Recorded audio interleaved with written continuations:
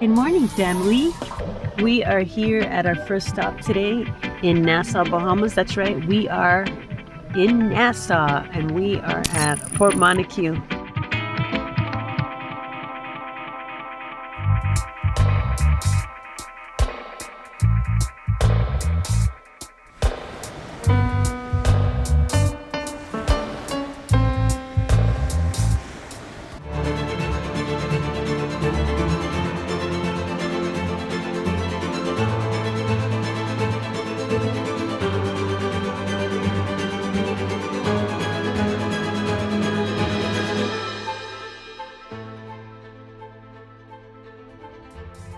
He was brave enough to walk all the way to the very end, of which I am not because I had a bad experience and ended up falling on a sea urchin, and that was a horrible, painful, stinging experience.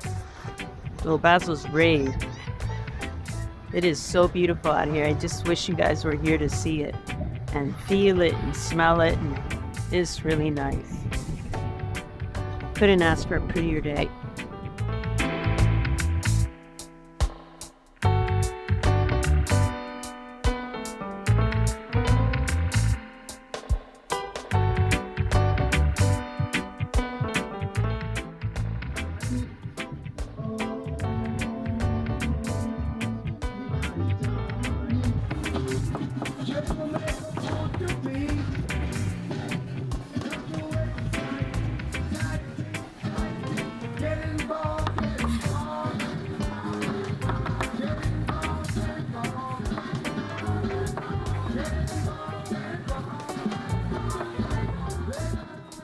So excited with eating the conch salad that I actually forgot to fill the finished conch salad.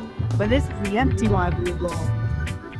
That was delicious. He enjoyed it. It was so good.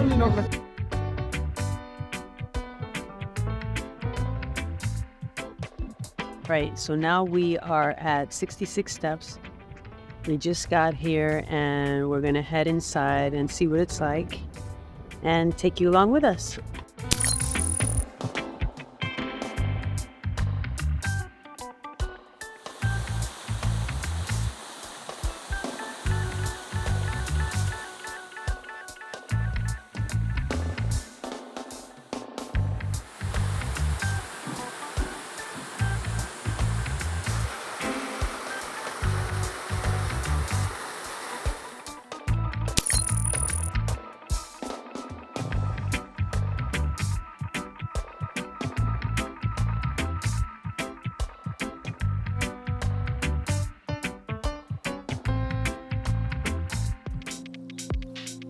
Whenever or wherever I happen to be traveling, I always make time to visit a lighthouse.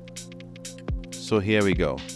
Paradise Island Lighthouse, also known as Hog Island if you knew it back then. I had a chance to view it when filming Dr. Grace Turner and the Seminole Indians in the Bahamas. You can watch an interview right here if you haven't seen it. When I was younger, I remember being able to walk up the stairs to the top of this lighthouse.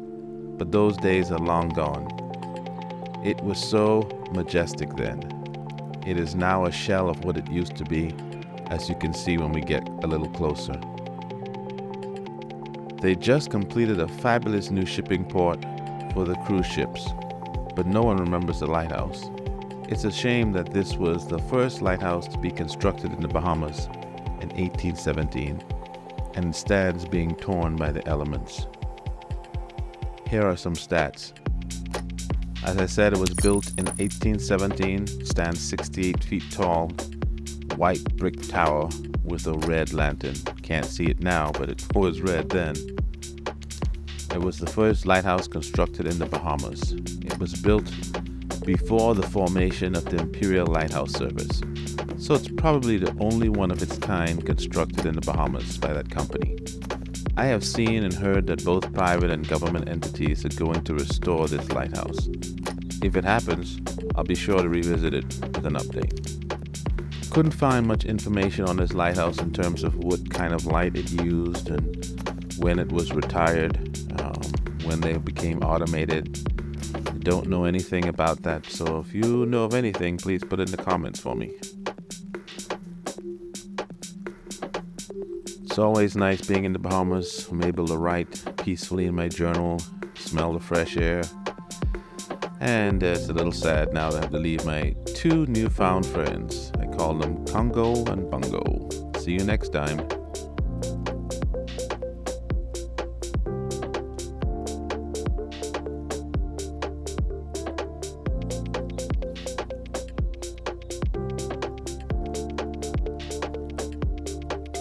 We always have a blast when we're in the Bahamas, no matter which island we go to. We have such a great time there. But now I'm back in Miami and packing some gear.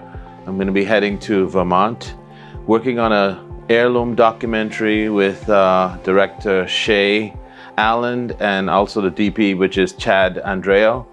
And while I'm up there, guess what? There is a lighthouse that I can show you. I met this young lady. Her name is Janelle Fife, and I'm going to be dedicating this little lighthouse to her. And it's right where you live, Janelle. I hope you guys like it. Enjoy.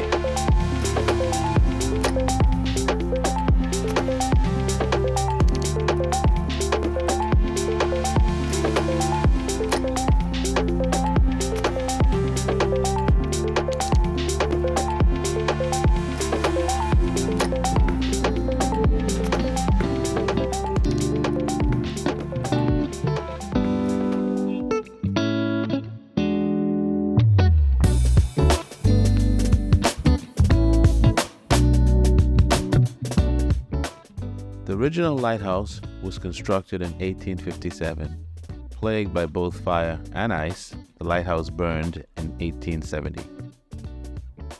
The lights were attended by keepers who lived nearby and reached the towers by boat. It was very difficult in rough weather to supply the light with kerosene.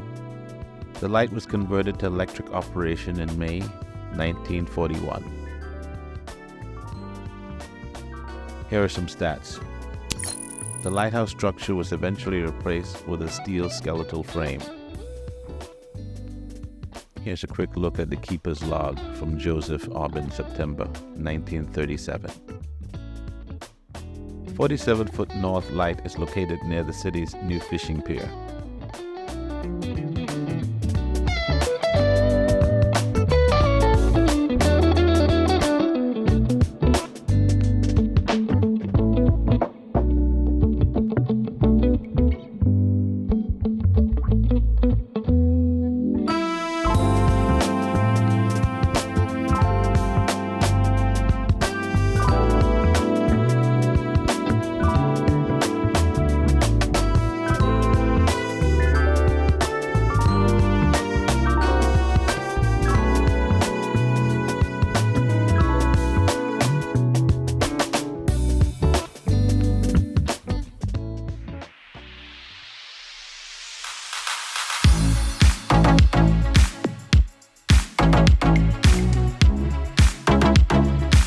Back by popular demand, join me in the next episode where I'll be with Hernan again as he showcases another one of his interior designs.